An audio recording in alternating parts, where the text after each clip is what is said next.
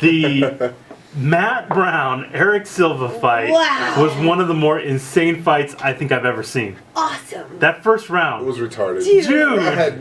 Oh, it was beautiful. It was beautiful. Well, okay, you had said last week you didn't know who to pick because it was one of those fights that both guys are coming in shape. Both guys, their stand-up game's legit. Their ground game's legit. It's just going to be a tough fight to pick. Tough call. And man, they open up the fight and they just start going at it to the point of where Matt Brown was hurt bad. They were both sleeping, I think. He got hit with a body shot and he crumpled, and you're like, fight's over. Fight's done. But this is Matt Brown. Yeah, this is Matt Brown we're talking about. So he's like, you know what? I ain't going out like this. The immortal. Yes. He gets back up. Then he starts taking Eric Silva out. To him. Unbelievable fight. Beautiful. One of the best fights I've ever seen. It really was. I just loved every part of it. When fights like that happen, then you can really appreciate the sport. You see the art of the sport. It wasn't like the heart in the sport. It wasn't like a Rocky fight where they're just putting their head down and swinging. There was a lot of technical aspects to that. It was like perfect fighting. It was like perfect fighting. You're supposed to hit the person here, here, and here, and they did their job perfectly. Both of them. Yes. They both did, attacking and defending. I just can't say. It was exactly. After the first round, I'm like out of my chair. I'm watching it with my friend, and he goes, oh man, Matt Brown looks tired. And I lose my ass. I go tired. I go, he's not tired. He goes, yeah, they're gassed. I go, gassed? I go, are you kidding me? I go, they are playing with heart right now. Their cardio is beyond Matt Brown doesn't know the meaning. I go, they are swinging. We go into the second round, and they're still swinging. And he's like, look, they're both tired. And we got into an argument about it. I wouldn't let it go. During the fight? You can't even enjoy the fight. I wouldn't back down. I'm like, I go, I've seen every UFC. He's like, me too. I go, well, then you should know what a tired fight looks like. Watch maybe a Frank Mir or Rashad Evans fight. Sometimes they're tired. That is the opposite. I go, that is insulting to the performance that they are doing right now. Because that is how much heart that they played with. That is how technical they were. Yeah. I love fans of the sport of MMA and striking and combat like Miss Ashley. Yeah. Super educated, and they see it. Dude. They see it. They played with such, heart, like you said, technical, striking, ground. They did not stop. They were relentless. It was, in my opinion, a perfect fight. It was awesome to watch. Awesome. If you didn't see it, there was one point in the listen, after the first round, everybody in my house looked around. It was kind of quiet, and we're like, hey, holy ish. Yeah. This is 5 rounds, right? Right? How are they going to do that for 4 more rounds? Yeah.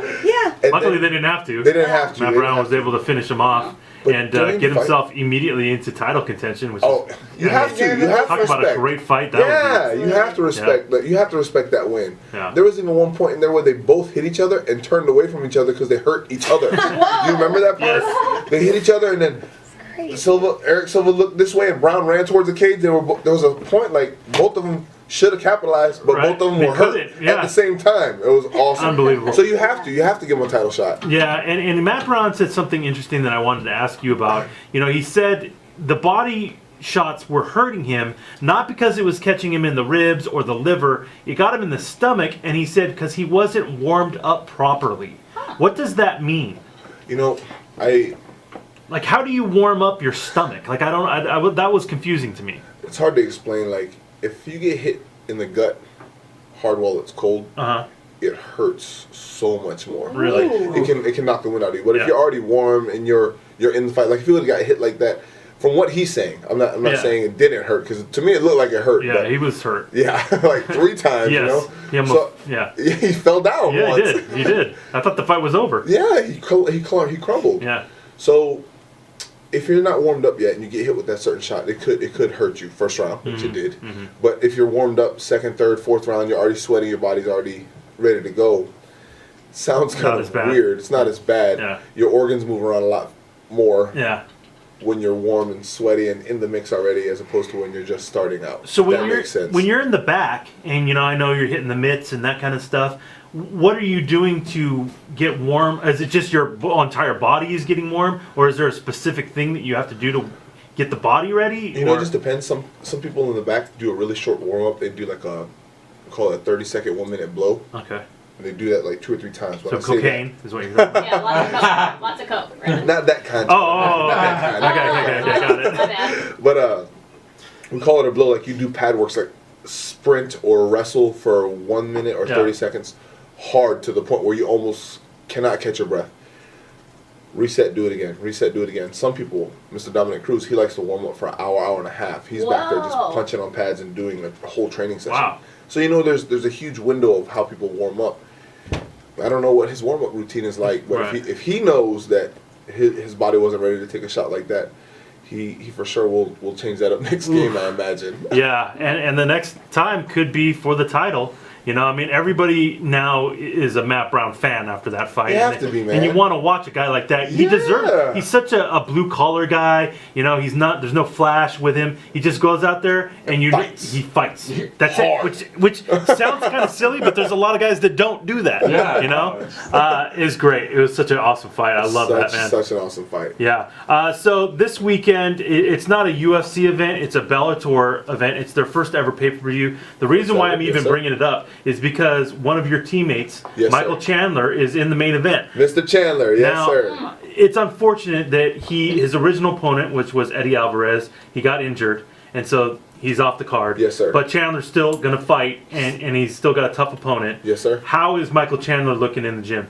Michael Chandler looks amazing in the gym, man. He's just one of... I told the missus the other day, and a couple people at the gym, he's probably one of my favorite fighters to watch train. Really? And watch fight. Yeah, Talk about a guy that doesn't get tired and brings it. I mean, I've never seen him in a slow fight. He's exactly like a Matt Brown. Yeah. Only faster. He's faster with a more broad range, I think, of skill set. It is amazing watching this guy fight, and he has the heart of a champion. And I became a fan of him for a long time, obviously, but I was watching an interview and it said something about him. He said, I don't want to be just the best champ ever. I want to be the champ that everybody wants to be like. And he's talking about inside and out of the octagon, the cage. And it was just amazing to see how humble he was, as good as he is. And him and Alvarez, man, if you haven't seen those first 2 fights, I know it's Bellator, but still, whew, I mean, those 2 fights were amazing, man. They were incredible. It's like Gotti Ward. It's exactly like Gotti Great Ward, call. old school. That's a great call. They're going to do a third one and probably be best friends after this one. You know? Unbelievable. It was an amazing fight. So, Mr. Chandler, good luck. Yep. War. Yeah. Oh, man, I'm excited to see it. Good stuff, man. So next week we're going to be on vacation. We won't be here, but I wanted to ask you about UFC 173 because that card is stacked. It's stacked, man. Again, we have the bantamweight title up for grabs. Renan Barão, who, I mean, when was the last time this guy's lost? I think he's 34 straight wins we're up to. He's incredible. Doesn't know how to lose. He's fighting TJ Dillashaw, who is a beast. So you like him? Yeah, you know, like I didn't like TJ at first, man, but just watching him lately, he's been impressing me, man. His game has changed. Like he used to be a one style fighter, and now I don't even know what style of fighter he is anymore because his whole aspect has changed. The way he fights has changed, man. He was mostly a wrestler when he kind of entered the UFC. Dwayne Ludwig became the striking coach Mr. over Van Ludwig, over at Alpha Male, Team Alpha Male, and now all of a sudden those guys are knocking everybody out. Dude, they're striking and wrestling. You know, the biggest thing with Alpha Male was they're having a hard time setting up the shot because people knew they only wanted to shoot. Right. Now they're punching and kicking people in the face. It's hard to deal with them because they're still shooting and taking people down just like they were before they learned how to hurt you. Unbelievable. On the feet. Yeah. So this will be a good fight, man. But the only thing I'm worried about is Mr. Dillashaw, his pride getting in the way because he might want to try to stand with Mr. Barão. And you know how that goes. Yes. Like you kick him in the leg, you punch him in the face. Oh, I could do that too. And then you don't want that exchange. Well, and with then Mr. once Barão. you start having a little bit of success, you go, oh, okay, I can hang with the best. It's a different level, right, Brandon? It's different. It's different really, level. Man, Mr. Dillashaw is looking good on the stand-up, but Mr. Barão's stand-up is different. So you recommend maybe taking Barão down? Barão down. Yes, don't mess with it. No, work on him, ground and pound him, wear him out. You've seen Barão get tired, or not tired, I should say, slow down. 3rd, 4th round, 5th round. I don't. If they make it out, I don't even think he has had a 5-round fight. But he slows down from the beginning. 1st, 2nd, 3rd, you can see the level step down during the fight, and if alpha male team is doing their homework, which I'm pretty sure they are. Well, and Uriah Faber was just in there with him, so Exactly. he can kind of help him out, I'm sure. Exactly. Yeah, for sure, it kind of helps when you have somebody firsthand, Right, yeah. firsthand Who's knowledge. been in there with the guy Watch twice. some fights. Yes. Yeah, it's going to be an interesting fight, man. If anybody can do it, it could be TJ. God, I want to see Dominic Cruz in there with him. So Oh, bad. so bad. So bad. I just want to see people not be able to hit Dom. Yes.